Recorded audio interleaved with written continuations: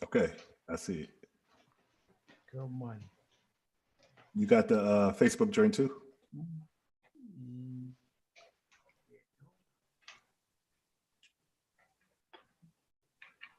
I might have to create me a little icon for this, Okay, I see it. Good money. You got the Facebook joint too? You gotta turn your joint off because it's giving the feedback. We'll go like this for now. We can practice that on the back end. All right, welcome back. You're now tuned into the other side of sports.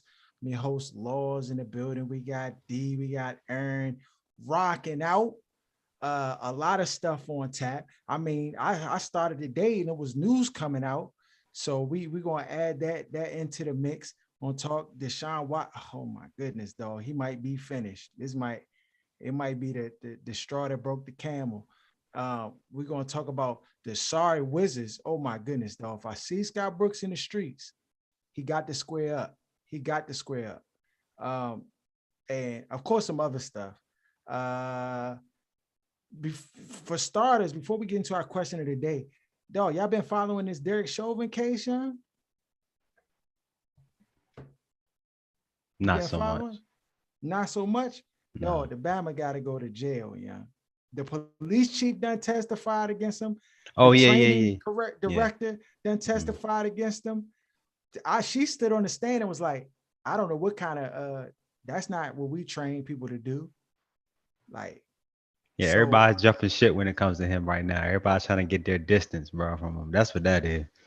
no, it's not looking good for the kid. I mean, I know we've said in the past that we would not be surprised if it went left or, it didn't go our way. But I mean, it's 70 camera angles, dog. I just don't know how you can. The police chief, I know he's black, but still, I mean, it's not even about race, dog. The Bama was wrong. So, I mean, I'm expecting him to be charged on all counts. I mean, the evidence is clear. Are you expecting him to be convicted on all counts? That's the question. That's the difference. He gotta be.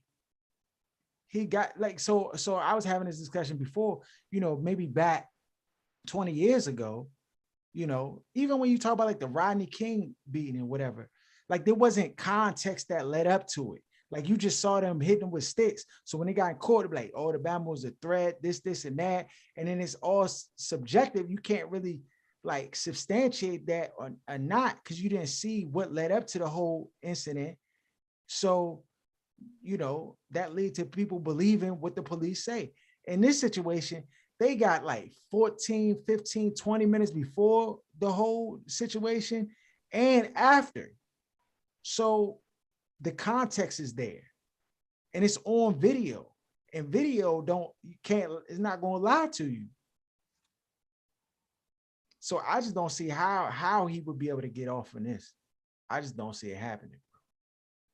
I just don't see it happening. Y'all think it's going to happen? I think they sacrificed him for the greater good of white supremacy. So I think they're going to make sure it happens. So he the sacrificial lamb. That's what you're saying. Because if you look at what happened, he erased a lot of what white supremacy kind of had as a standard going on in this country. And people that they didn't expect started aligning themselves with black people in the cause based on him putting his knee on Chauvin's neck. Washington football team name is different based on that. Like we can allude and pretend like that's not the reason, that's not what led up to it, but it's a lot of changes that have taken place, a lot of money that's gotten messed up out of white man's money. And so when you add that into the equation, they're like, go ahead, throw them this one so we can keep the party going. No, I didn't even think about it like that, but there's some truth to that. There is some truth to that. Somebody got to pay. No, somebody got to pay. And I mean, all accounts, it looks like this dude about to do some hard time. Yeah. He done. Yeah, he done. They breaking all the codes that police never, ever, ever break. Yeah, Ever they do. never break. No. They Right. never break some of these codes. I mean, No. it's not to say that that's the right way to do stuff or that's Nah. what to go by, but they breaking all the codes. Yeah, So they got the okay from somebody way, way up that look, if we want to keep business as usual, you got to let this dude ride. Yeah. Facts, though. They done painted the blue line a different color and everything, though. Yeah. In other news, I don't know, y'all not in the rap battles like that, but Cassidy went against Hitman Holla. People know him from Wildin' Out, and they you know, it was a rap battle. But I mean, if you know anything about rap battle, the jump is like no holds barred, though. It's no filter. Bammers can say whatever. You know, I can't even repeat half the stuff, but nonetheless, Hitman won 3-0. It's set up in 3 rounds, and I was telling, because I showed a clip of, like, you know, some battle rap stuff that Aaron, he was like, "Dog, this jump, you can't get with it, dog." I'm telling you, it's wrestling. You dog. gave the perfect explanation though, because in my brain, like when I see dudes talking about people, kids, they girlfriend or their wife who's standing right there on stage with them, their mother, and all the violence that they go commit on the Bama, and nothing happened. My brain is confused, like, what is this? But you was like, dog, it's wrestling, and it kind of made perfect sense. Dog, and the thing is, they getting a check, dog. And I mean, for 15 racks for 3-minute rounds, dog. So 9 minutes, you get 15K, dog. It's a profession. Hold on, that's 15K over respect. Oh, listen. So it depends. Like the top Bammers, they getting like 40, between 40 and 60 a battle, and that's 9 minutes of raps.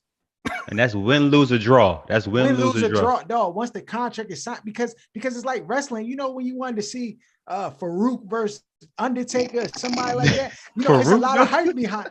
I'm just saying, it was a lot of hype behind it. You like, young, I can't wait to see Hulk Hogan like hit Sting and body slam him off the top rope. Like, that's how they kind of couch it. But it's just people have different styles of rapping, and they basically, it's a whole production that go behind it. So Cassidy, you know, before they do it, like they do a face off and everything. So in the face off, they talk all reckless and everything. Yeah, so Hitman, he went and got his bag out the car, like almost like he had a gat inside the bag and decided to jump. A lot of he got it. Yeah, he grabbed his bag, put his hand in it. He never pulled nothing out, but he pretended like he was going to start shooting. Like so, also Yosemite Sam type stuff. I'm like, no, it's the ultimate pump faking. But again, you know, it sells the fight, dog. I mean, this was a well-attended battle. They was acting like Corona wasn't even existing, and you know, the jump did numbers. You know, and I mean, at the end of the day, Bama's both walked away with some bread. I think, I don't know particular contracts, but I'm saying Hitman been battling for a minute. He's like one of the top dudes, so I'm sure he got like 40 or 50, and I'm sure Cassidy got like at least minimum 50, at least minimum, because just for his name recognition, you know what I'm saying? Because he's in the industry, and you know, you got these industry guys trying to get into rap battles and stuff like that because they think it's an easy check, but it's a whole lot that go into it that, you know, a lot of them ain't ready for. And I mean, Cassidy is a clean example that he's not built for the environment, because Hitman washed the floor with him, dog. It just is what it is.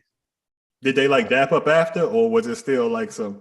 No, I mean, to be honest with you, most battles when they end, they dap up, dog. Like most of them. I mean, it's like a good sportsmanship. You know, like it's like you play a basketball game, and after the game, win, lose, you line up and then you dap the other team up, dog. So but during the game, the Bama don't say he gonna put a gun in your mother's mouth and X, Y, and Z. It depends. Bama's talk trash. Yeah, Bama's talk trash. And then he going at your neck, dog. You know how it is in a competitive arena, any competitive arena. Bama trying to go at your neck. So they be saying this type of stuff though, like back like when we was like late teens, early 20s, where if you you go to the house party or the go-go, when you hear the stuff they saying, a couple minutes later you go hear gunfire. Every time. You know when Bama's get like that, you're like, oh, okay, it's time to go. but that's what I'm saying. It's a profession, dog. Bama's is going to work. It ain't like it was back then. Because back then, Bama's ain't had nothing to, like loot. Like, it's like, you say what? All right, I'll be right back.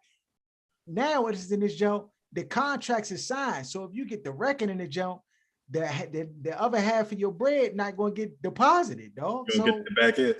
yeah, you don't get the back end. So what you gonna do? You gonna play nice, young. I'm gonna dap the bab up, hug them, everything. I mean, at the end of the jump, they was friendly though, because Hitman brought out Nick Cannon in the battle to like it's like, you know, part of his bar. He was like basically saying something like, "You saying I don't get no money, blah blah blah, whatever." You say something, well, ask him yourself. And then he brought out Nick Cannon because you know he on Wildin' Out, so that joint had the crowd hype, like, oh yeah, because you know he's just. It's wrestling, dog. It's wrestling. Vince McMahon bring out Shaq out the back. You know what I'm saying? It's wrestling. So that was that. Let's get to our question of the day. Question of the day. It's a good one. Question of the day comes in. It says, I've been running the streets for the last 17 years, fully single. So needless to say, I've been out here. I never lied to anyone or played anyone. I was just single. I was always told when you find her, you'll know. And butterflies and magic, etc. When it comes to finding a wife. I met someone that I like recently, and I like the person. It feels normal. So I questioned it for a while because I didn't feel those magical crap everyone says you should feel. My question is, what did y'all feel? What did y'all feel? And that let you know that this was your wife, that your wife was the one. And was any of that magic stuff a farce or only for some people? Mm-hmm. So, I mean, I'm guessing Aaron ain't felt no magic, bro. Yeah, he ain't got the butterflies and the. I bet he got a mechanical system inside. His heart made a mechanics. Yeah, go ahead, D. How'd you know she was the one? You know what's crazy? It was one of those things, I knew it, but I didn't know why. That I don't know if that makes any sense, but it was just something different. You know what I'm saying? That I knew that was there, but I couldn't put my finger on it. And that's when I was like, I feel like this is the one.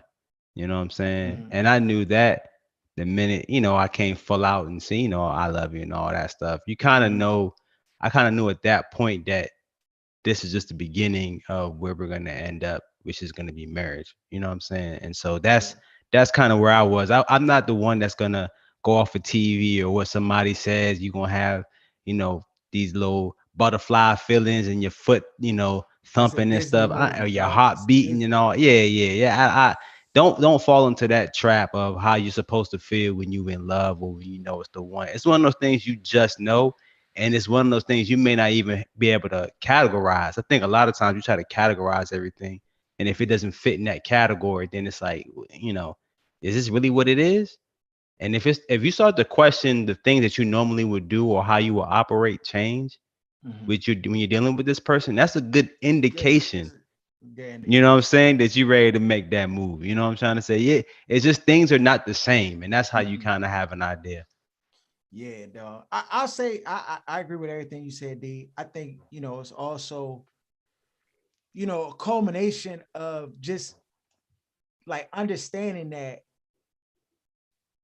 like there's a Bible verse, Genesis 2:18, it says like it's not good that man be alone. You know what I'm saying? And when you find somebody who you can be like yourself with, you can be open, you can be vulnerable, which is difficult. You know what I'm saying? In a lot of spaces, especially when you're dealing with a woman, but when you can be vulnerable and it's a safe space where you can kind of express different things that's going on with you, or that's happened to you, or life that you live, or whatever, and you not feel shamed by it, though. I think that's also, a big indicator that there's somebody you can like share life with and do life with, and I agree with the things being different. And I think everybody has to make that decision, though. So, for me, it wasn't no butterflies and nothing like that. It was a cognitive decision. But the cognitive decision was, am I going to keep doing what I've been doing before this situation? Or is this a situation that requires me to change? Am I willing to do that? You know what I'm saying? Because that's just what it boils down to. And Yeah. when you answer that question or you're contemplating that question, that means that the person in front of you is somebody special, though. When you contemplating doing things different, moving differently, you know what I'm saying? You thinking about future and where you're gonna be. I mean, for me, it was all cognitive. You know what I'm saying? Really wasn't a whole lot of feelings. I mean, maybe the first 3 months, you like, oh, young, I'm digging Slim, like boom, boom. You might have a couple little feelings, but then them Jones dissipate, and then it's like, well, what we gonna do? What's happening? And you, Hey, and yeah, and another thing is if you in these streets and you got it, that means you got a roster. You know what I mean? yeah, And if your roster starts to fall off one at a time, bruh, then you start to realize that's the one. Cause it's just you're gonna devote most of your yeah. time to this person that you like. And then the When other joints are just gonna fall off just slowly but when you when you surely. when your minutes in the game get decreased, you're not Degree. even mad, dog. You Right. like Vince Carter, you like, oh yeah, all right, man. It's my two to the young boys. You know what I'm saying? You start just accepting the role in the game. Now you just a spot up shooter. You might give him 15 minutes, a couple buckets here and there, but you phasing out. You moving towards retirement, dog. And I mean, if you embrace it, it's going to transitions. It'll be good for you, dog. But if you fight against it, it's just going. I mean, there's many Obamas who lost their way. You know what I'm saying? So I'm telling you, bro. I'm telling you. But yeah, Aaron, you anything you want to say? Like, I mean, Anything I can say? you can, dog.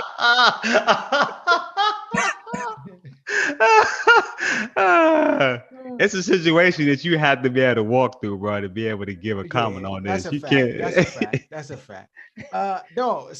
Speaking of walkthrough, dog, what's Paul Pierce out here doing, young? This Bama, Oh, he done man. gave this Bama's partying with the youngins, strippers in the back, twerking. You know what I'm saying? He on live. Is he?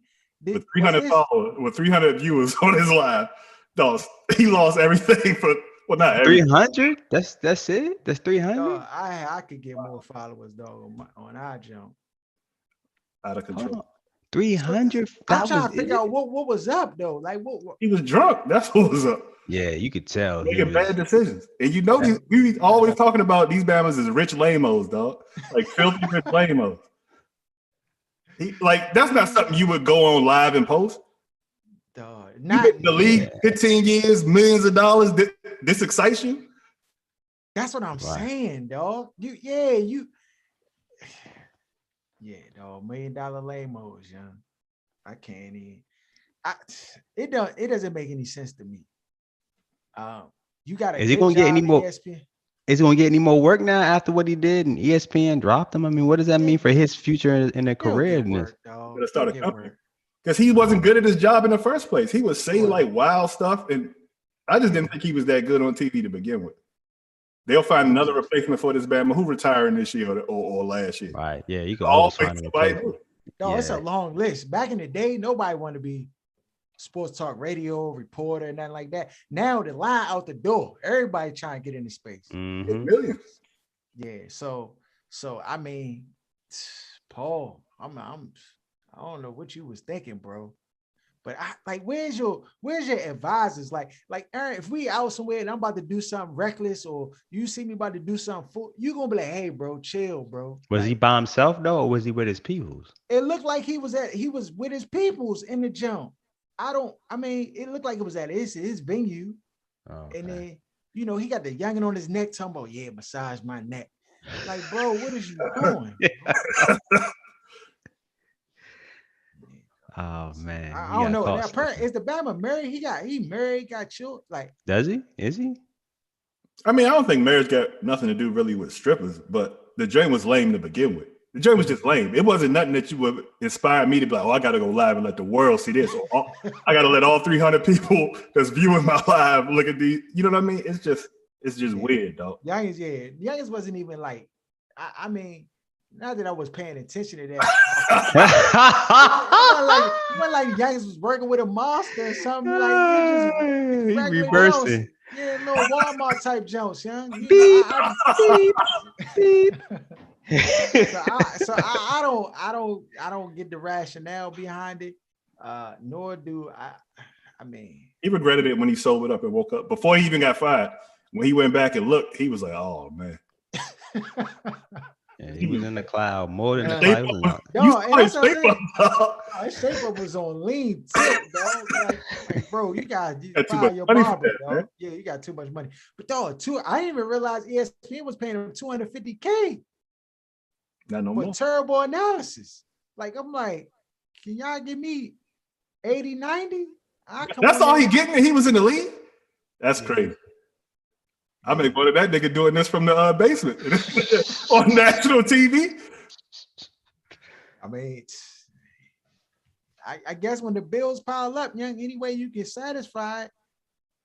His man, remember Walker? That Batman made something crazy, stupid, like 500 million over his career and lost it all on bad. Oh, Antoine Walker. Antoine Walker, dog. Yeah, so yeah.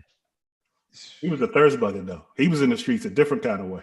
Yeah. Speaking of in the streets, dog, Deshaun, bro, what's going on? Now to find the first person to put her face on tape, name and everything. Deshaun Watson of sexually assaulting her. Her name Ashley Solis. Now I'm gonna tell you, the fact that she came out with her face, her name, everything, she must be fairly concrete in what the allegations are that she's giving. I just don't. I wouldn't see her because everybody now is gonna look her up. And they're gonna look up all her past posts and everything. Already, she scrubbed it. They scrubbed it, dog. I was on IG as soon as I seen Ashley. So I mean, they already, you know how they do, bro. They got the scrubber off the map because people gonna find the dirt. And, and people who support Deshaun definitely gonna try to come to his aid. You know what I'm saying? In a situation that looks fishy. I'm not saying. I'm just saying, it just looks fishy from the outside looking in. So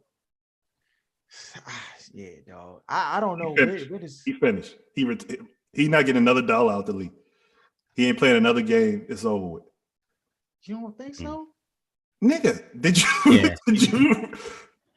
Yeah, unless something miraculous happens with these allegations not being true, I agree with Aaron. There's no way he's gonna play another down in the NFL. Because even if he goes through this whole process, then the NFL is gonna have to do their part even after the fact. So even if it's all lies, let's just hypothetically say it's all lies. Unless him and his lawyer have something that like catch them red-handedly scamming him, right? Like no team can touch him. You know what kind of PR that's going to bring to your team? The only Batman that would have done something like that is Bruce Allen. He out the league, never to be seen again. So, no, he's done. I don't think so. Dog. You got to be, dog. You cannot. I don't even want to go into what they say the Batman was doing, but you 22 youngins, right? No, you can't do it. You can't do it.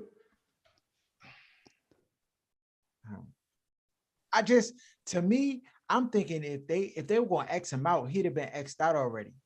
Like there's enough smoke here to say there's a fire and to have everybody leave the building. You know what I'm saying? Like it's enough to pull the fire alarm. Like, hey, young, we don't know if it's a fire or not, but everybody got to leave the building. There's enough there in this situation. No football things have taken place. It's no OTA. That's what training camp, and he's holding out allegedly. So they don't have to make an announcement. They can make it look like they're letting the investigation play out because they don't also want to violate the Players Association agreements because up until today, I guess charges weren't filed, just the civil suits. Mm-hmm. So they got to kind of walk the line and just act like they letting the investigation play out. But then I guarantee you the first time OTAs is supposed to take place, if he pretended like he going to show up, dog, he going to get the call from Roger Goodell. They're going to snatch him up and put him on the commissioner's list. Right. So while there's not football happening, it's easy to kind of manage it. Right. There's no penalty for the league. Yeah. I don't know, man. I don't know. I feel like the league is giving Bama a pass before. Not for this. We in a new day. No. You can't let it ride, though. I guess so. Would you take him on this team? Yes. Now, with everything that's going on. You a wild. Yes. You're a wild boy. If you the GM, you making a trade. Well, actually, you can't take him on this team. You can't. Because no, let me tell you why. Because you already have the stuff with Dan Snyder and all of the stuff with this whole team. That would basically be a renege on all the commitment and all the things that you put forward as a franchise that you say you wanted to get away from. So for this team, no, you cannot do it. Absolutely not. But not just for the fact that these allegations are like, they look terrible on your, whoever decides to bring them in, but also because of the history of this franchise here with the Washington football team. But if you're the Jets, you making that call and getting Deshaun up there. Nah, they already got their man. Well, you go get to that too. Yeah. I mean, I do my own personal. So this is the thing. If I'm in charge of the franchise, I'm an owner of the Jets in some way like that, I'm gonna do my own investigation. I'm gonna pay somebody, the money. I'm gonna take the money that I have and do my own investigation to figure out if there's any credibility to these things. And if it looks like there is, which I mean, from our vantage point, it looks like there is, but I want to be so sure, because if you can get them for the low and there's no real credibility to these allegations, then, and I'm the Jets organization looking for a franchise quarterback or a team like that, then yes, I would make that move. So if I would take the PR hit. Really? Because that's a lot for the franchise to take. The PR hit is only if the allegations are true. If they're not true and they're false, then to me, it's like, what are we talking about? So are you saying that if you're saying that after this process has been fully investigated and everything's been through its paces, that's when you would sign somebody like Deshaun Watson if the allegations were true, correct, untrue? But I'm saying with that, I would even move ahead of that. So I would have my own people look into the situation and come back and report. Is it worth even look like, is it a fire in that house, or is that just smoke because they left the stove on? Like, you know what I'm saying? Like, it's a difference. It might just, they left the stove on and then the smoke detector went off because the stove was on 450 and a piece of bread fell on the bottom of the stove with, you know what I'm saying, smoked up to the smoke detector. Or, you know what I'm saying, the junk really on fire. I would if I'm a franchise in 2021, because you talking about like a logical, nuanced approach. That's not how the internet works. That's not how the movements work. And then we get into a point where they say you're not worried about women and that kind of, regardless of how the outcome is, he's already got that tag. So even if they find the Bama not guilty, there are going to be probably at least 30% of the population that are going to associate this Bama with the foolishness. Yeah. Oh, but that's the thing. If it's not true, that's not fair. What does truth matter in America in 2021? You're right, dog. You're right, dog. I maybe it's because just me personally, I just think like to just make unfounded allegations against someone and the damage that it caused, right? For them to lose everything that they worked their entire life for, right? On something that's not true. To me, that's like, I'm fighting against that. I don't want to see that happen. I'm like, nah, we all feel that way, Harold, but let's take a pie, right? What percentage of a chance do you think that he's not guilty of sexual assault? It's a pie. Just what's the percentage that you think? What kind of pie we apple crumble drink? You got that Dutch. I say that he's not guilty. Not guilty of sexual assault. Even one. It don't have to be 22. That could be the sites to get your eyes on the case. If it's just one. I would say 15%. Right. So if, let's say we was having a conversation with a woman, right? Mm-hmm. And we saying this, and this, and she focused on what's the 15%, we would be like, young, why would you default to the outlier situation? When we talking about logic, we focus on the 85%. And so when you keep like alluding to what if the minuscule version of this could happen, it makes it look like you bias or that you don't really rock with the youngins. I am biased. And it's not that I don't rock with the youngins.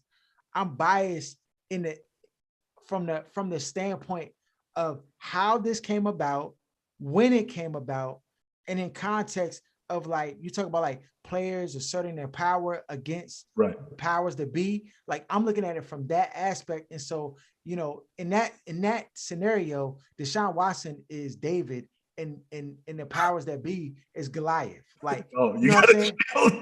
No, I agree with you from that standpoint, because I believe they had this information, true or not, before he decided he was going to hold out. And when he decided to hold out, they was like, okay, we're going to show you. I believe that 100%. That being said, that don't take any of the creep away from No, it. so agree. He's unequivocally a creep in some form or fashion. So that 100% sure. But like when you say an allegation of rape, like that's a very serious allegation. And if that's not true, I don't think that you should condemn someone if that's not true. Now it's a lot of weirdos, a lot of creeps, Bama's, you know, all types of crazy stuff Bama's is into, voyeurism, all types of stuff, right? And there's a bunch of creeps. But that's a far cry away from being a rapist. So you think it's somewhere in the middle. You think that Bama's a creep and a perv, but you don't think he's strong arm in the box or forcing and I can't even prove that. I'm just saying that to me, that's a more likely plausible scenario than what they're trying to paint, because what they're saying are the allegations don't necessarily fit the criteria of rape. It's subjective in how people look at it and assess that criteria. To me, it looks like odd requests that were denied and they went their separate way. I agree with you on that part, but I feel like in the last 2 years, they tried to make it a point where if you have money or if you're in power, you can't ask youngins for cheeks under any circumstances if they're like working for you, working under you, making less money than you, or in a situation where people could deem it where you're using your power or influence to get the cheeks.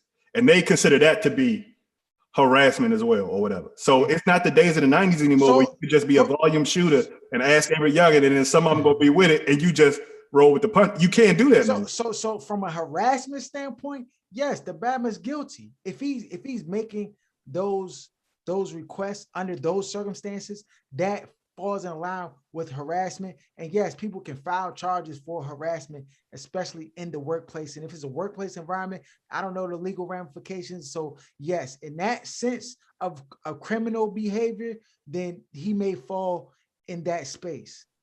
But that to me is still different from the other extreme where he's like strong arming, you know what I'm saying, the Muyaya like that. So, but I mean, again, we're still at the same spot, waiting to hear more concrete, definitive information to, you know, substantiate these claims one way or another. I think the girl coming out definitely hurts him even more.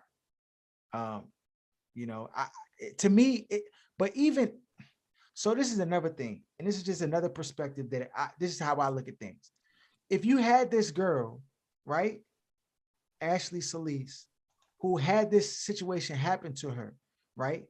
Why is it that after there was all this questioning around criminal charges, there was all this questioning around no one showing their face or coming forward, that then now they have somebody who's coming forward and giving the story? I mean, I'm not saying that she shouldn't come forward if this has happened to her, but what I'm saying is the timing of it does cause me to question the validity of it, because it could have came. No, I'm serious. These allegations have been sitting out here for weeks and months, and you know, not that it's not credible and not that it didn't happen, but I'm just saying that from the standpoint of how I look at things,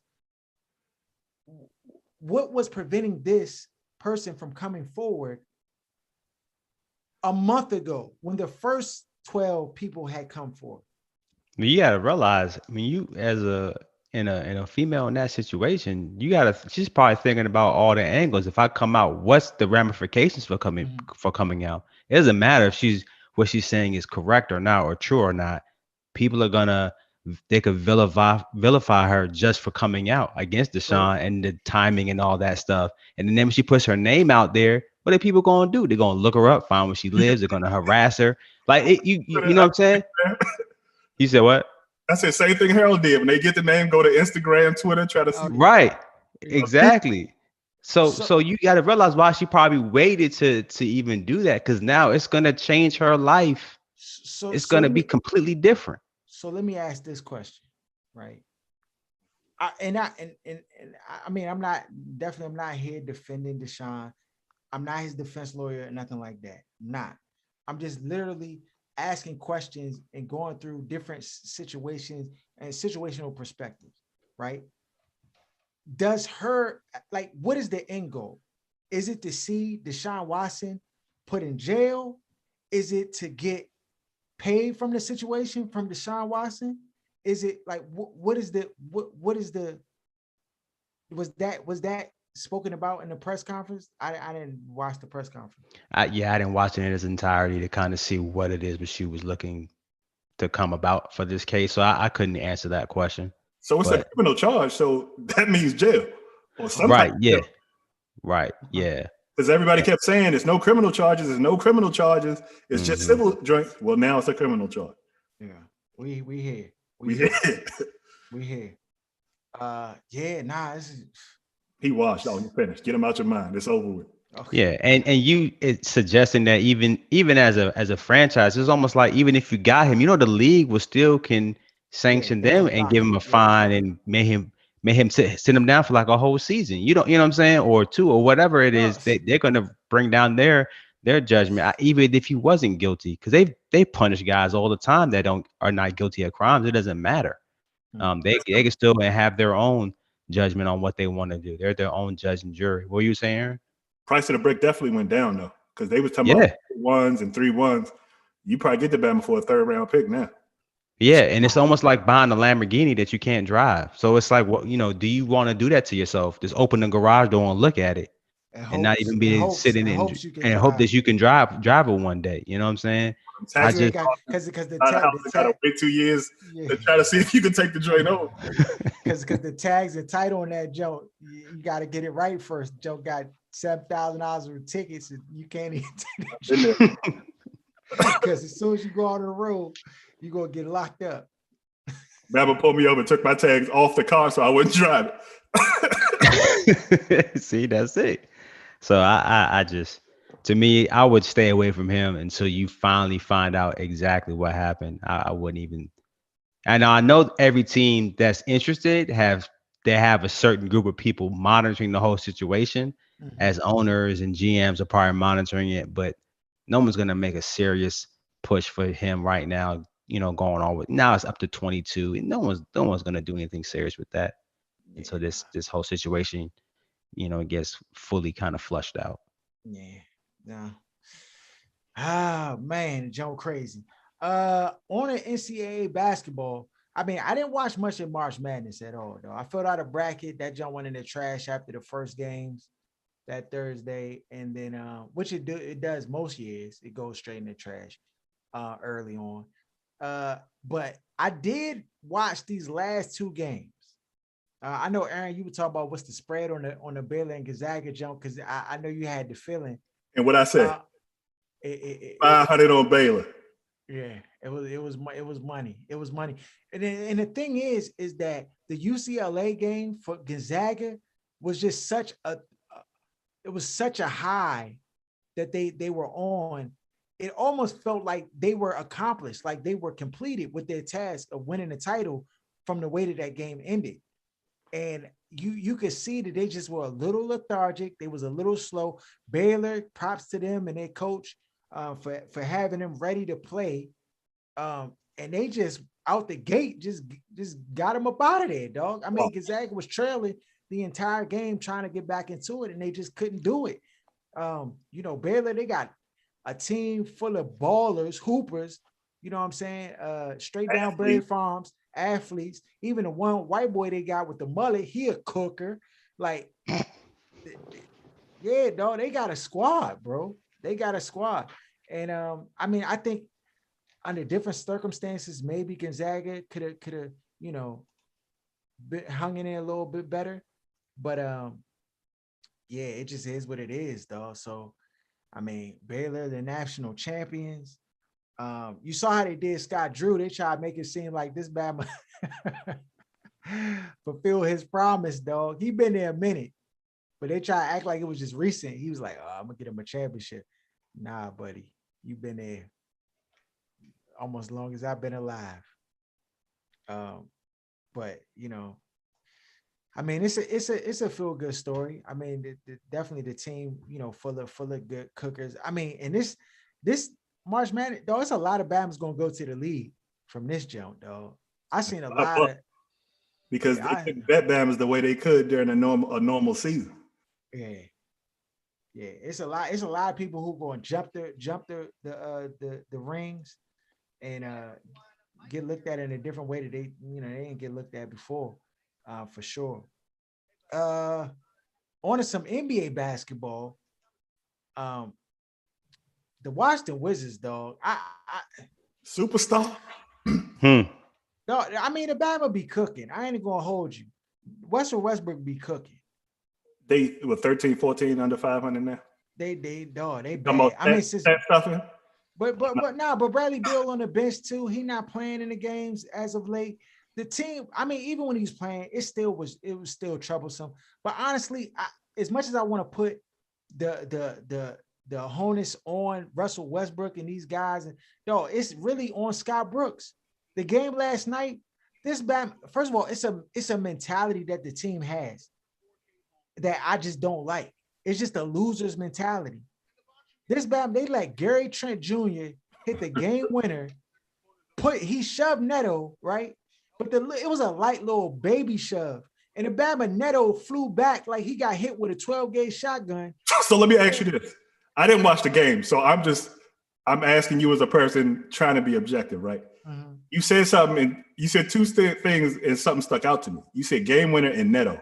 Why is Neto in the game during the opportunity for somebody the last game winning moment? You're right. That just barely stand out to me off the rip. Yeah, he's not a defender. He is streaky shooter at best. I mean, times where he hitting, but these dudes don't play with no confidence. They all just trying to find a way. Now Scott Brooks is just mix and matching the rosters. Like since Bradley Beal is out, he's just cycling the rotation. He don't even have a clue. Some of these dudes, they're definitely D-League worthy. Cassius Winston, who I would like to see and develop, this Batman not even getting clocked like that. You got these other dudes just. What y'all rookie looking like? Dog, Denny Avia, that Batman will play 72 minutes, had 2 points, 6 rebounds, and 3 assists. Dog, you can't play a whole game and get no buckets and make no impact. He even last night, he had like a little slide by, but he's definitely a role player at best. He's not a starting small forward in the league. It's just the facts. And when I slander the Joe, I always try to be like, let me just try to give him a chance because everybody get on me. Like, dog, you got to give him a chance. You just can't write. No, I told 2 more years. You can tell right away if a Joker is with it or not. Right away, dog. What was his name? Junior. What was the other dude that we shipped out of here? He didn't even make it a whole year. Troy Brown. I mean, and Bama's trying to tell me in the games last season when the Jones didn't even matter and he was getting buckets. The Bama can play, dog. He got talent. Stop it. They had him playing with DC Go-Go, and they moved up to draft him. That tell you what they think about it.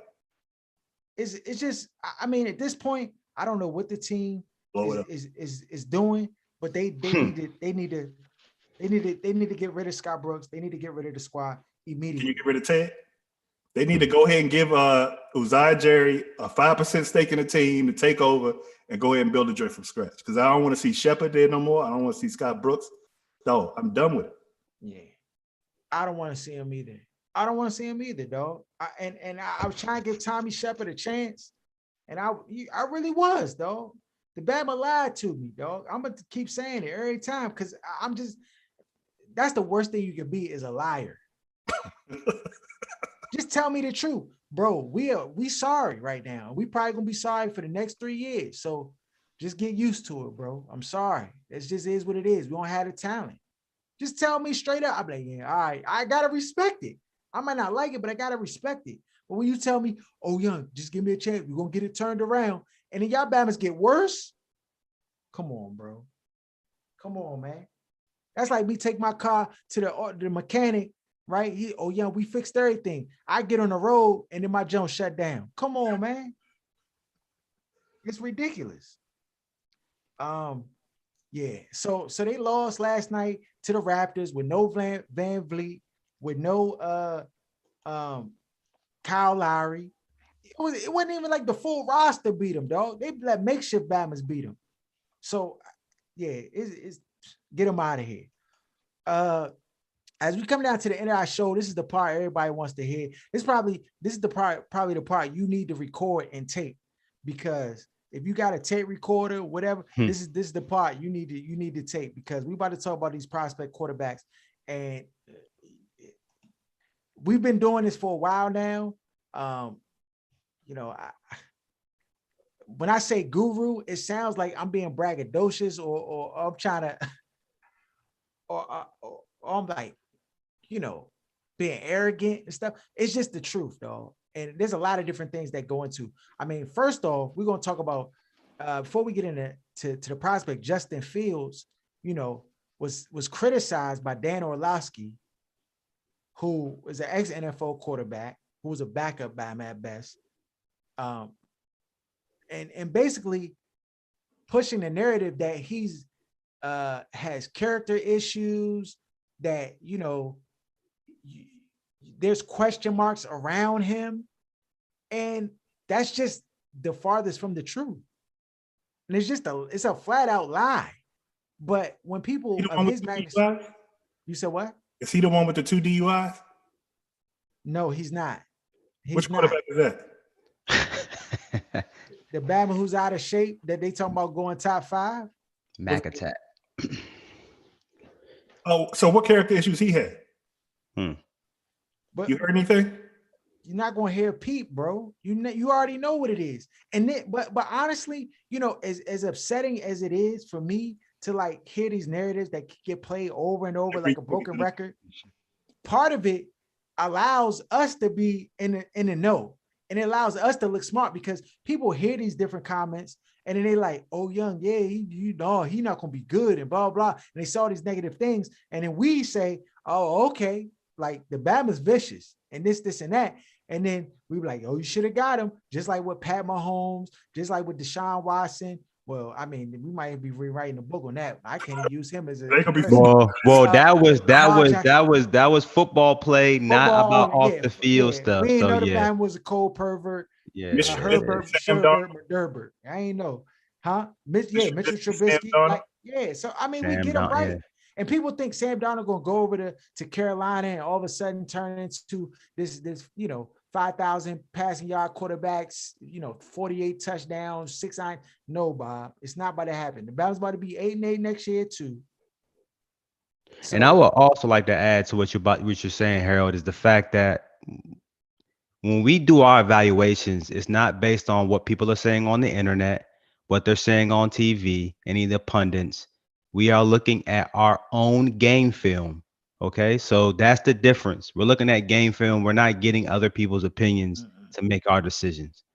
And so that's why when I look at these prospects, I shake my head every year, and I don't have an explanation on how everybody else could see things one way as opposed to what I'm looking at on film. It's like completely different. And so just he said what? Not making $1 off the league. Right. And that's the difference. So we don't have any obligations to anybody, any sponsors, anything like that, to give our opinion on these prospects. This is really just how we see it and just giving our opinion on what we see on film. And that's it. That's it. That's it. And that's how it should be. That's how it should be. I mean, Dan Orlovsky, shame on him for even spitting rhetoric like that and not being conscientious of the rhetoric and how it could be, deemed and termed racist, dog. And he apologized. He apologized for. He was trying to defend it at first. I didn't see the apology. Yeah. So the next day on Get Up, he was on there with what's the other ESPN guy that does Herb Street? Nah. The one that does all the Kurt came for his neck. the one that does all the draft analysis with the hair. Oh, Mel Kiper. Mel Kiper. Yeah, it was Mel Kiper on there. And he was on there as well, of course, with their host, and then Dominic Foxworth, and they were talking about it, and he apologized then, and you know, you know what I'm saying. So I don't accept. Get him. And this is the thing that's crazy. I'm gonna be honest with you. Up until that point when he made this comment, I always liked his analysis because I always felt like it came from a place that made a lot more sense, and it wasn't always what everybody else said. It was objective.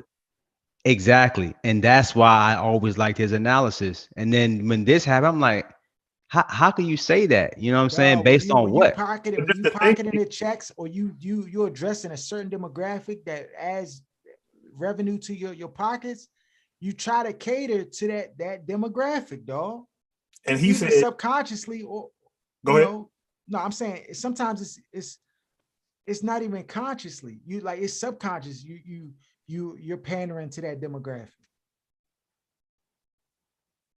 Go ahead, Aaron. Yeah, he was saying that's not what he saw or was saying. That's what the anonymous sources were saying. Right. And like I was saying that to Harold earlier, I was like, Young, the Bama normally was objective, and I liked his analysis compared to all of the other guys who you can tell have these agendas. Mm-hmm. And the only other thing I'll add to this is like most white people think the only way to be racist is to like call somebody a nigga, or to like not hire somebody because they're black, or to not want your kids to like play or date black people. That's not really how white supremacy works 9 times out of 10. Like even we can go back to like our conversations about Kirk, about Lamar. Black people trumpet these same white supremacist views that get like drilled into their brain, and it's subconscious. You don't even realize a lot of times why you think what you think. And so I don't believe he was saying, oh, he black, I'm gonna say this and that. He just was trying to say what he had heard from these scouts. Right. Who all are the same people who keep drafting these Mitchell Trubisky's and Sam Donalds and other guys that always, after football is being played, they start going up the draft board, and then the black guy starts going down. Every year we deal with this, though. Yeah. So I don't think they're consciously being like, oh, I'm about to go railroad a nigga. But this is just how they think when it comes to black people. They can't lead. They're lazy.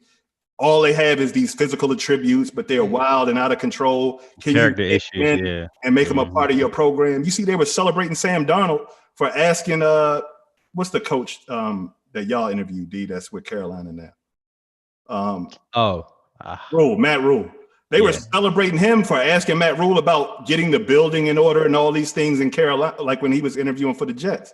And it's this weird like love affair and romance that people have with these white guys that just is borderline unexplainable when it comes to watching the things play out over the last 5 years. Like OSS will cash out anybody $1,000 if you can find a more accurate quarterback analysis over the course of the last 5 years. That's anybody that listens to the show. It's not out there. Yeah. It's not. Yeah, it's not. Let's get into the list. We got, I didn't put him in any particular order, but I mean, Trevor Lawrence is at the top of the list. He's probably projected to go number 1. I mean, Jaguars probably getting a chance. Yeah, that's a lot. Now. That's a lot. This is one thing I was surprised. I'm this is really quick. I don't get to watch a lot of college football, so I watched the year when he won the national championship and stuff like that. So you already know he could play in the big game, stuff like that. But one thing I did notice that I didn't know about him was he can play that dink and dunk game if he has to. If that's what you're going to give him, he will play that dink and dunk. He will play whatever you give him on the field. And I think this dude is already ready, man, for the league. As a freshman, he was ready. Yeah. And when you see that patience, a lot of guys that are used to like throwing the ball downfield and making big plays, they'll force plays because they're so used to getting those big. For him, he can dink and dunk you. Or you want to play? Okay, I'm gonna dink and dunk you all game. And he has enough mobility where he can make plays with his legs. You know what I'm saying? He's not gonna kill you with it, but it's effective. And I can see why he is the unquestioned number 1 quarterback and pick in this draft. I mean, what would be a league comparison? I don't think there is one. I don't have the best college quarterback I've ever seen, including Andrew Luck, who everybody tried to size to be the next god. But I think he's the best college quarterback I've ever seen from start to finish. I don't have a comparison to you. I mean, I look at players. I don't look at them for a comparison. I just look at them as Mhm. for who they are, as that Okay. player. Yeah. Okay. The man of the hour, Justin Fields. Hmm. A lot has been said about him. I watched his pro day. Looked good to me. Strong arm, make plays. Got a little bit of Kyler Murray in him. Um, I like what I saw from Justin Fields. I think his competitive drive, just how he played in that one game. Bam was getting his head skedaddled and was still playing hard and making plays. Like that's the kind of competitive drive you want, as the leader of your team. And so, I mean, if I had to put somebody at number 2, it would be Justin Fields for me. Justin Fields. Okay. Yeah, I don't really. To me, once you get past uh, uh, Trevor, I think it really depends upon the team who they're going to choose for that second quarterback, in my Mhm, opinion, based on how they run their offense or whatever. Because a lot of these guys have similar attributes, mhm, um, lack of experience, mobility and all that stuff, with the exception of Mac Jones, and we'll get to him later. But I feel like a lot of these guys have very similar attributes. And really quick to go back to Trevor Lawrence, the one thing I did notice about him that scares me, he takes a lot of big hits and his frame got beat up in some of those games. Like that Miami game, it was getting destroyed. But anyways, um, Justin Fields, bro, I like Fields a lot, man. The problem I have with Fields is this: when I don't know if you noticed this or not, Aaron or Harold, when he throws the ball to the far side of the field, it has a lot of air under it. mhm. Like when he throws these like sideline to sideline passes, maybe like 10 to 15 yards down the field, it has a lot of air. And I feel like in the NFL, those would be All get picked interceptions. off. Mhm, Yeah. Yeah. Even though he didn't have a lot of turnovers, I don't like he has those sideline to sideline throws with so much air on it. And mhm. he also holds the ball way too long at times. He don't, you know what I'm saying? And then if you look at his delivery, it's not like Byron Leftwich type of delivery, but it's not a quick delivery. You know what I'm saying? Mhm. It's kind of elongated when you look at his delivery. That's kind of my everything else. You already know he's athletic. He can throw, he can make the Yeah. throws and he got Mhm. speed and he put up big numbers at Ohio State and all that stuff. But those are my kind of things on him. And I feel like when he gets drafted by a team, that's a team that's gonna have to play to his strengths, or it's gonna make him look really bad. I think if he were to start year one, and I only think Trevor Lawrence is the only quarterback in this list that should start year one, in my opinion. Okay. Yeah, Uh, I agree with everything D's saying. I think what's going to hurt him is obviously the Dwayne Haskins situation, which was the thing that initially started to kind of drop his draft stock a little bit. Mm. Coming out of Ohio State and that offense that they play, it's going to be, and I think that's like D was saying, that's what separates Lawrence from the rest of the crop. Lawrence can play in any system with any coach, any quarterback, Mm-hmm. and he could play on a terrible team, and instantly he's going to make that team better. And I think he can survive a year or two of being on a terrible team and not having success and still end up on the back end being able to be a winning quarterback without having his brain shot. I think the other guy is going to be super dependent on what team they end up on. I think Fields maybe more than the others because of obviously he's black and obviously the fact that he came from Ohio State in that offense and what happened with Dwayne Haskins. Mm-hmm. Only other thing I'll add to him is out of we know we throw these guys in the mobile quarterbacks, running quarterbacks. Out of all of the running quarterbacks that have come out in the 5 years we've been doing this show, he's by far the most accurate throwing the ball. yeah. Like I said, I like Justin Fields. I think, yeah, of course, right system will help him. Um, but I think he's mentally tough, though. Like I think, he plays with the chip, and I think that will actually help him to be, live up to expectations. Um, but yeah, you're right. If you go to one of them coaches that be trying to fit a square peg in a round hole, though, It's it's gonna be just bad. sometimes it's just Yeah. too much. It's just And, too and it, much. yeah, and I agree with you with him having like a competitive spirit and being strong minded. But I think there's also something to be said, like what we talk about all the time, and we mentioned the other day when they traded Sam Darnold. with these black quarterbacks, they don't cultivate these guys like that. Let me get him off the roster so he's not looking over his shoulder.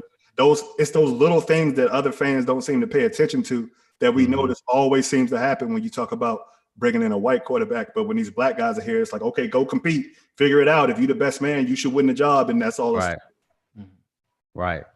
Well, if you got a coordinator that's not really relatable to you, and that was the problem when I said when Kirk was here, like people thought it was like, oh, he's just better than RG3. I'm like, no, if he relates, like there's relatability that goes into people sometimes. Yeah, it's commonality. Commonality. You just like, oh yeah, I just get along with this dude. We like the same music. We go play golf together, just different things. And sometimes that could give you the leg up, especially when they're rooting for you to kind of like be the guy. You know what I'm saying? So there's a lot of other dynamics that go into it. All right, Zach Wilson, dog. You got it, D. Okay. Let me say this.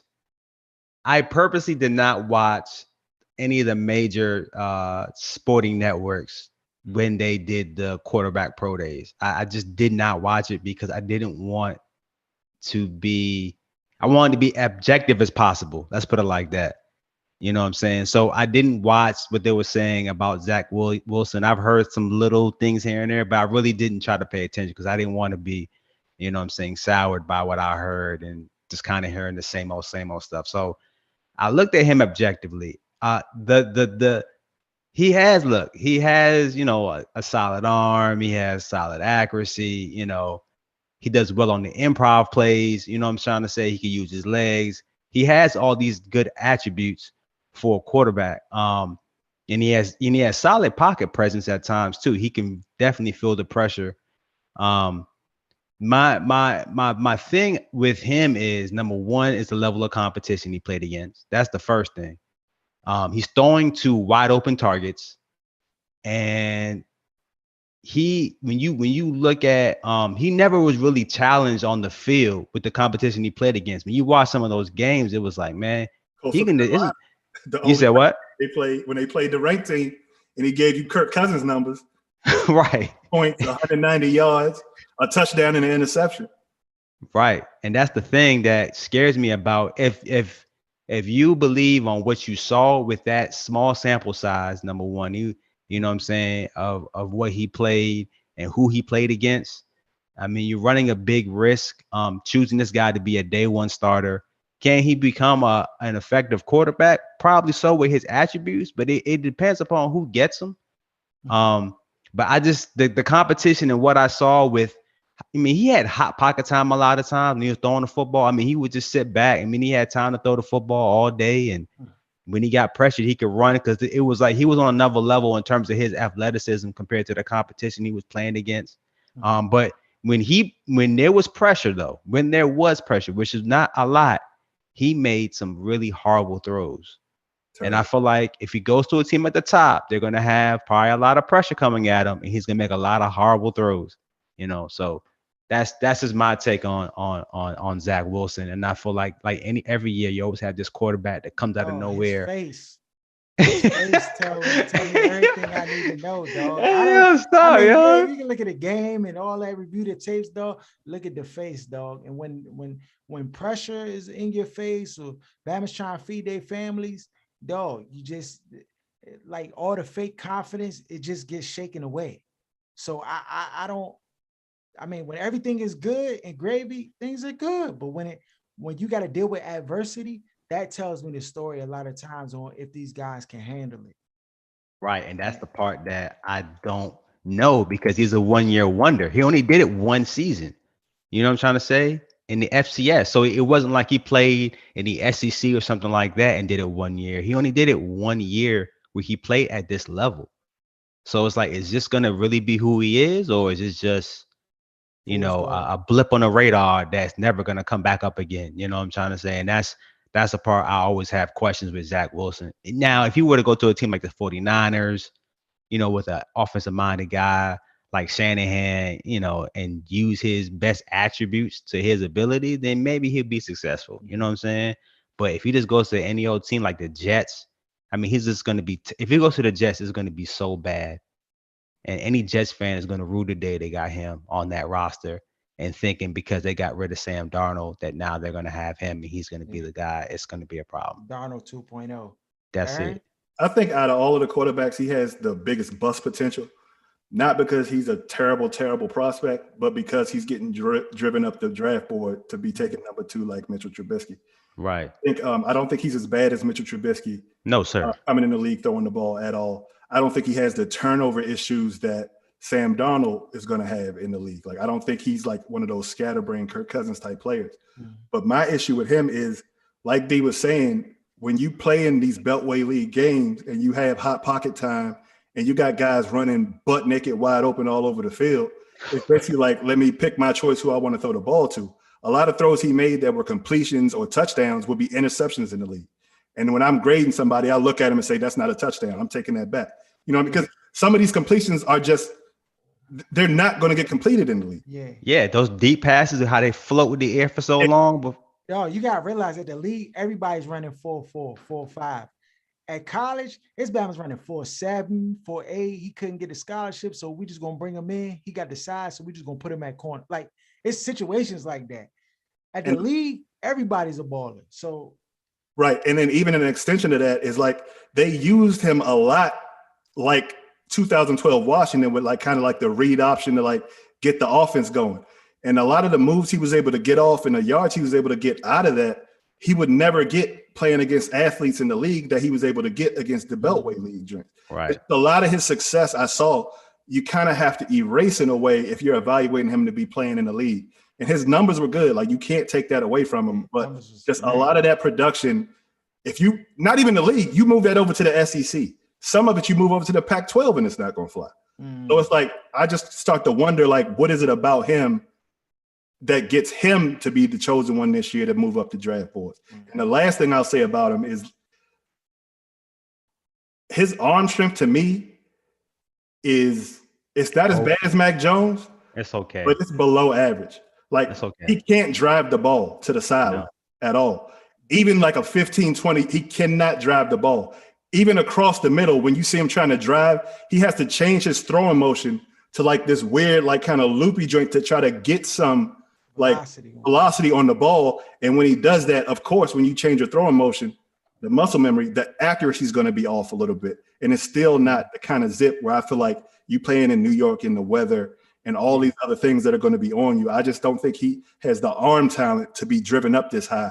Not that he's a terrible prospect, but when you force guys to go higher than they are, you're going to a bad team. The onus is going to be on you. The eyes are going to be on you. And I think that sets you up. That's like a recipe for disaster, basically. So like Harold, because I know, you play wide receiver all the time. And so when you notice on his deep passes, his receivers will always have to stop or almost kind of come back to the ball to catch crater it. Roll, dog, crater roll. Crater roll. When you got to turn around and you got to like, dog, it's a fail. You always want to run into the pass. Right. And go ahead.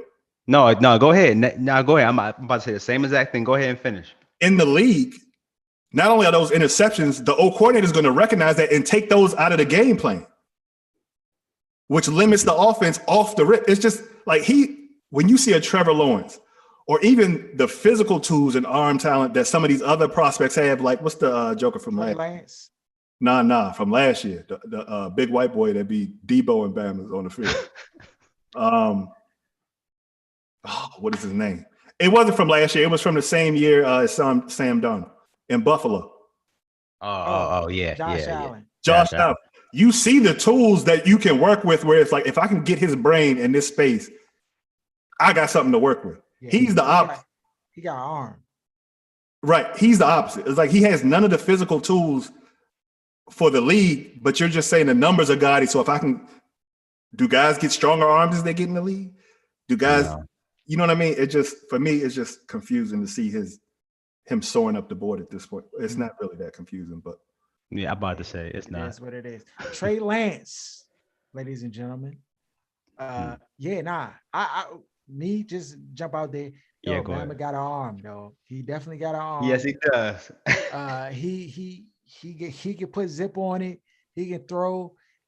Definitely has the attributes, the escape problems if they arise with just his physical build. You know, I think for me, he's a right situation type guy.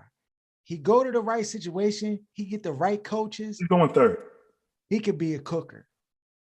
But if he get in a situation, again, it's interesting because it's like for black quarterbacks, it's almost unfair because a lot of times they get this square peg, round hole mentality by default because just because someone's athletic and they have athleticism, they just automatically assume that they can just run whatever system that they give them, right? And that's not always the case. Plus, he light skinned. That makes a difference. But go It ahead. does make a difference, though. But I mean, I think he's tough.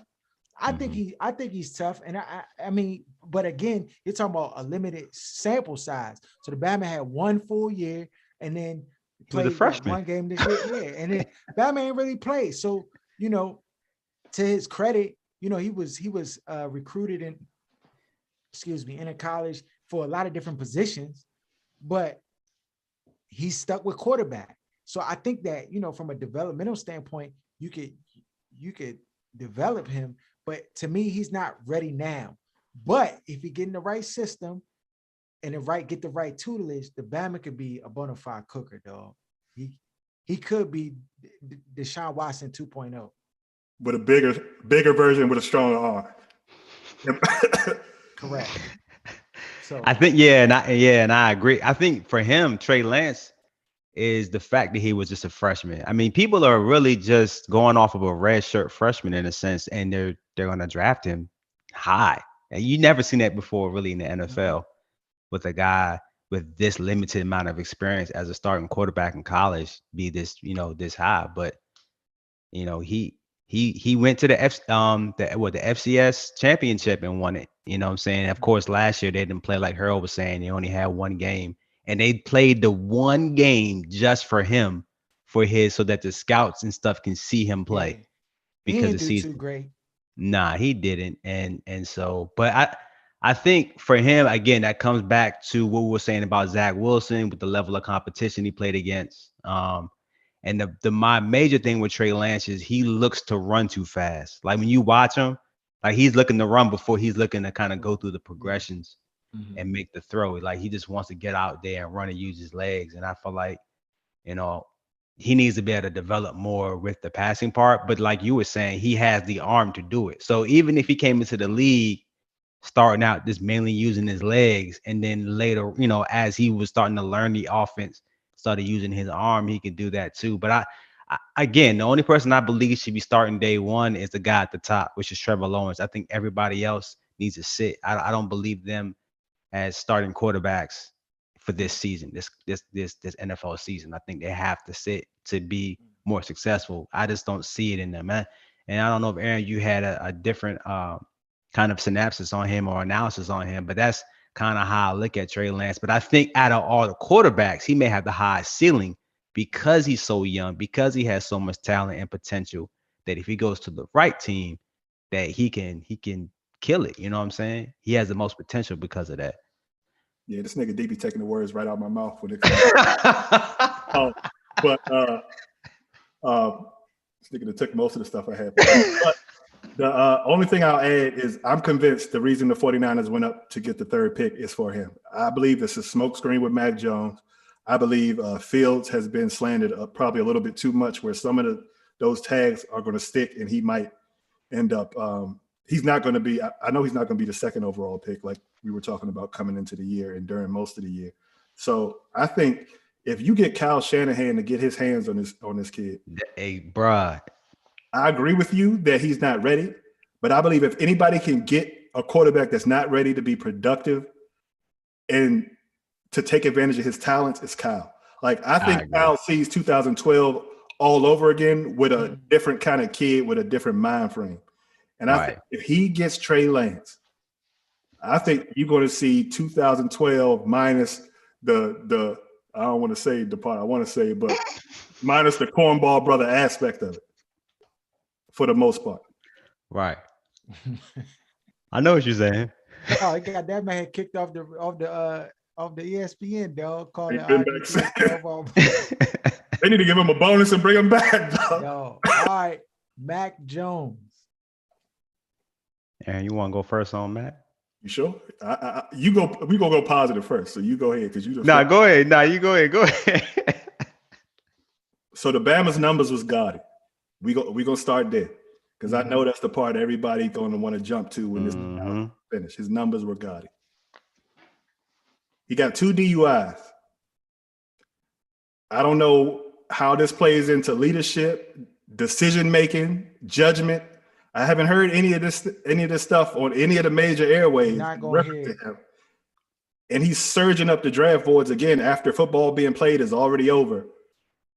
It's just mysterious to me because this dude, like, he does not have an NFL arm. He cannot drive the ball. He's not even accurate.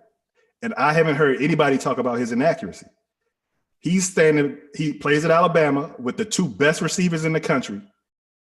Hot pocket time, throwing a butt-naked Bamas who a lot of these throws that he's making would be interceptions or incompletions if he was playing in the league. Like, I do not understand it. He's going to get drafted probably in the top 10. And Harold, this is one of them Bamas that I could see your team sticking their neck out for. No. He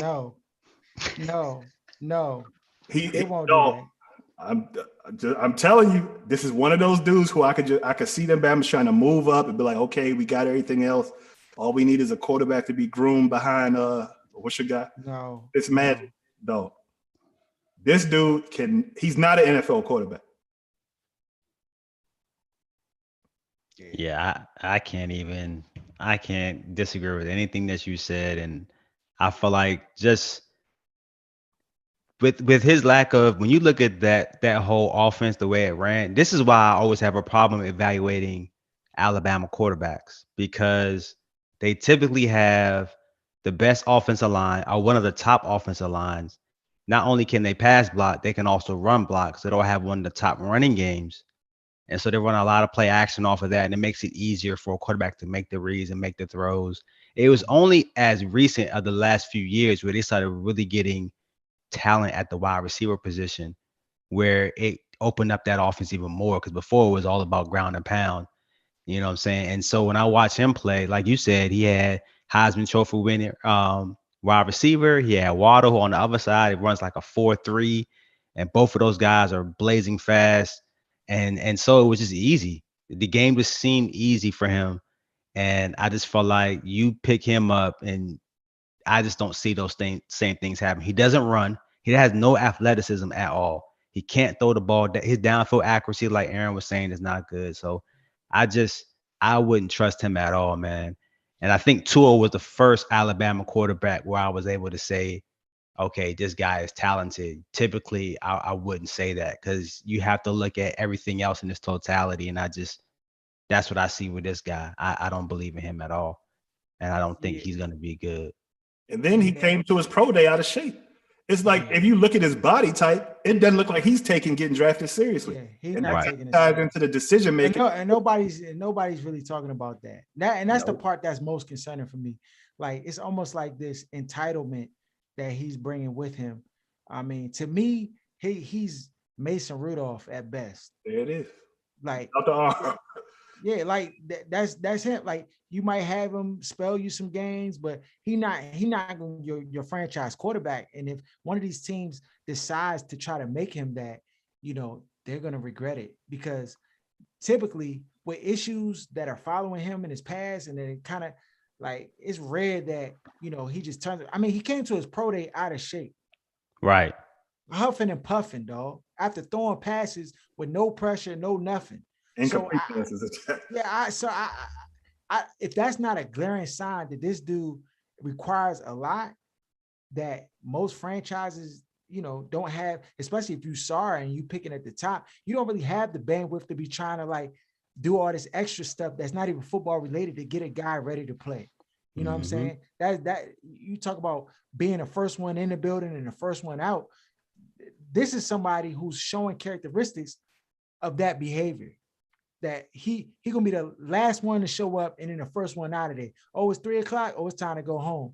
And that's not a recipe for success. you know, for a guy that you're trying to push to run your franchise through, or you know, be the main guy. So So yeah, where do you I'm in think he go? alignment.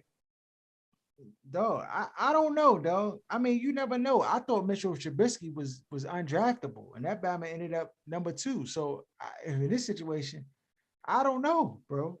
I think I, number 4 to the Falcons, maybe Detroit at number 7.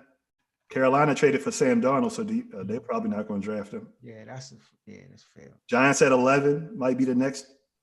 No, we're not getting a quarterback. We got our guy. I already know. That's not gonna happen. Okay, all right. So as we end the show, there's other quarterback prospects. Do we need to talk about them? Because I looked at him and I just was like, oh, not him. He ain't got it. No. It's 3 first-round quarterbacks. I only talk about first-round quarterbacks. Yeah. That's all I it. evaluated this year. I didn't go into the depths of the minutia of all the quarterbacks. Yeah. I mean, out of the rest of the dudes, I mean, maybe Felipe Franks, he looked like he's serviceable. Like he can at least play at the next level. I mean, I'm not saying Alabama did anything to jump off the charts, but he can at least be a backup in the league. But everybody else, I just was like, oh, I'm surprised you ain't mentioned Kyle Trask from Florida.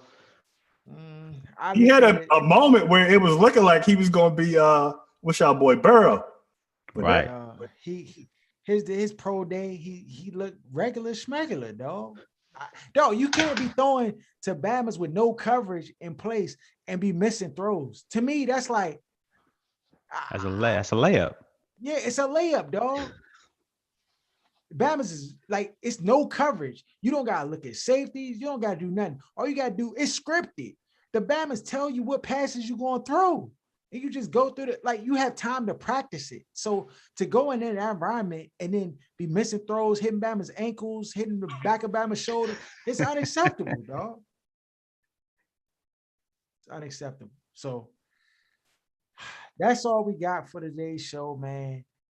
Follow us at OSS 980 at Other Side of Sports.